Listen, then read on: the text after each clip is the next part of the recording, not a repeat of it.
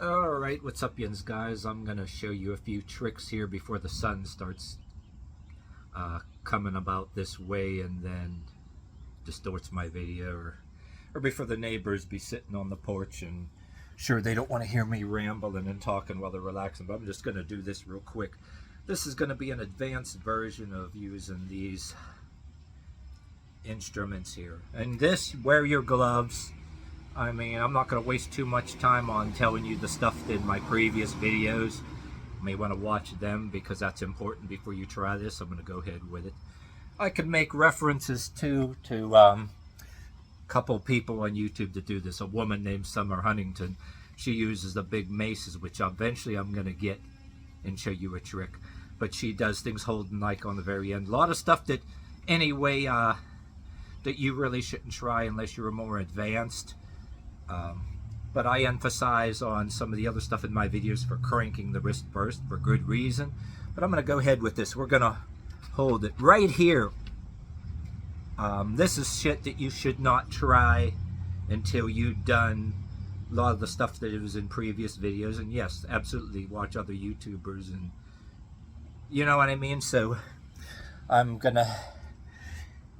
not gonna waste too much time on it. Like I told you before, use the little ones first. But here's what we're gonna do. Be able to do this. I should show you a real trick with the little ones, but don't want to waste a lot of time with that. I should.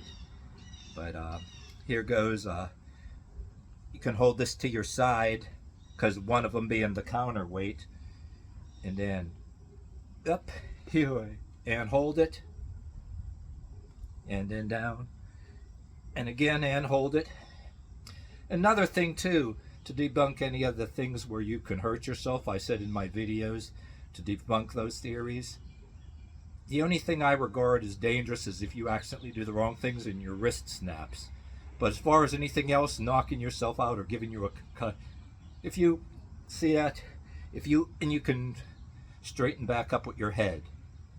Yeah, I mean, matter of fact, it's advantageous. If you lose your balance, you can use your head. The only danger I say is like if you're doing certain things too soon and your wrist snaps a certain way and you break a wrist. But anyway, like the other hand, and then hold it.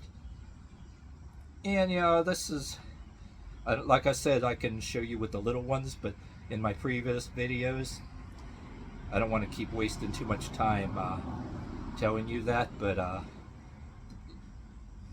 it's important, you know.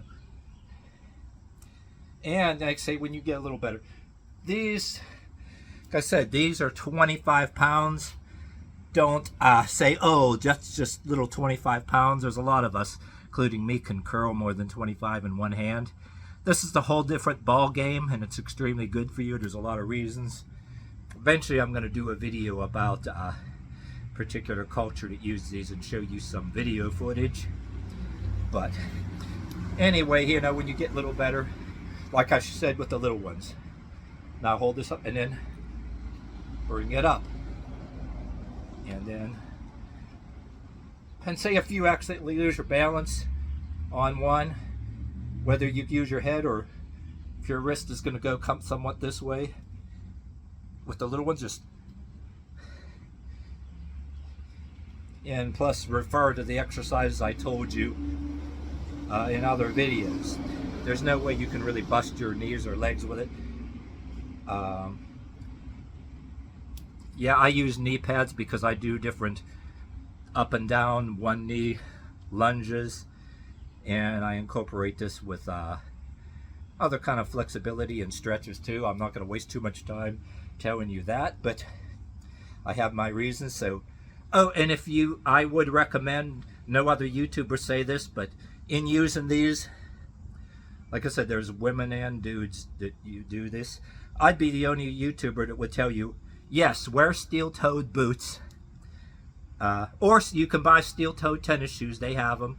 I worked in a factory with a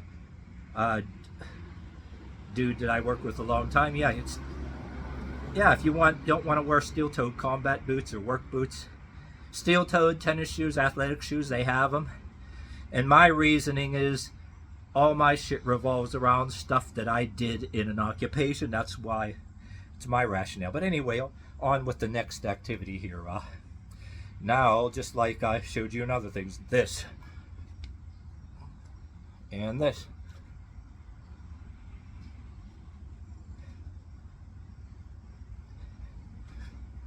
And if you lose your balance, you can use your head, or if you lose the balance other way, exercises using the little ones to gracefully let down and move your feet out of the way. And there's no rules that look silly. Don't feel silly. Different ways to move your feet to get your feet out of the way. Because, a matter of fact, you know, this is relevant. I don't want to waste too much time with the yammering, but in a video that I kind of want to show you some footage, there's a culture that does kind of like running back and forth like a dance and uses these. And I had one commenter when I showed these in a picture that I was going to do a video featuring a commenter. It's about juggling or whatever. Yes, this culture, they used big wooden clubs, okay, and then they're pretty heavy and they got big ass shoulders and everything. It's a gold medal event in their countries. Well, like countries like where the Iron Sheik came from. But anyway, yes, they throw them way in the air and catch them and flip them and throw them to each other. And some of them will weigh maybe about like these, right? And they could probably do that with these. I wouldn't recommend you doing it, and I wouldn't do it. Hell, even if I wore like a hard hat or something and steel-toed boots, that could go very wrong pretty quickly. But there's people that can do it, just saying. Not going to spend too much time talking about it, but I do want to get a video that snag you some footage I have in my computer that to do a lecture on it, to show you some. But yeah, you can do a search on it and find it yourself. But it's a very interesting art if you're into medieval mysticism and shit like that. But okay, so, and it's like I told you before when I showed you the little ones. When you get them up, you're actually... Here, let me put these down for a second.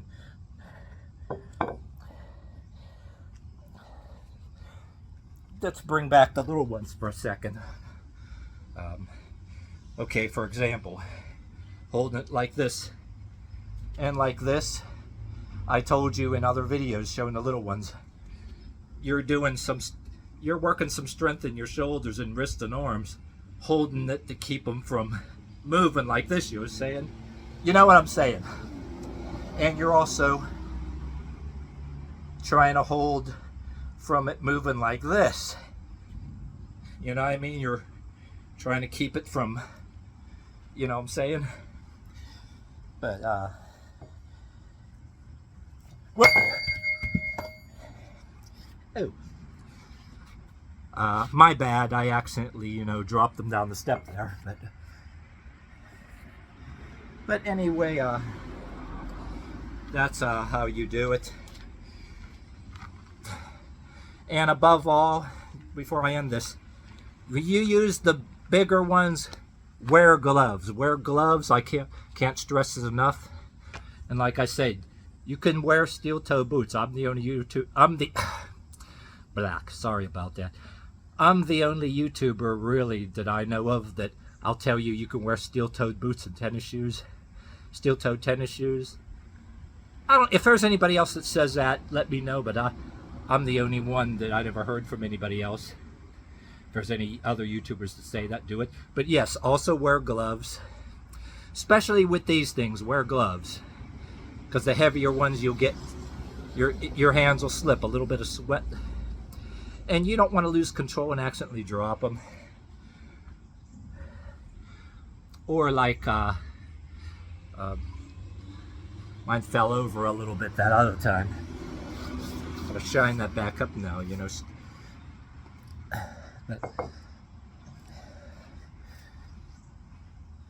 But anyway, I think that's about it. I think I covered about everything. But yeah, just to remind you one more time before I end this.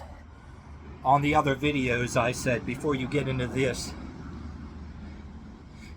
like I said, the most important before you do everything, cranking the wrist, do all that first, and then, you know, leading to this with the little ones, and then, you know, a little bit of, like I said, this.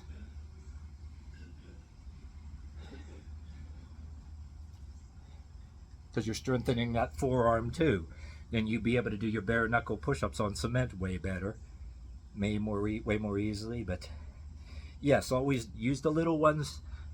No shame in using the little ones, because the little ones are good.